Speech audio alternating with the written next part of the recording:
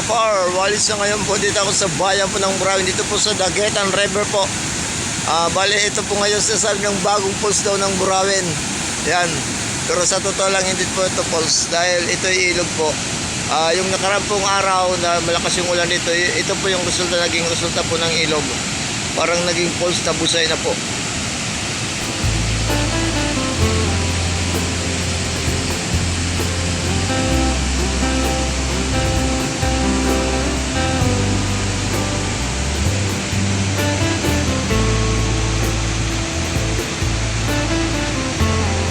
Yan mga kalags, hanggang po doon yung ilog na yung ano ba yung parang malalim na tubig.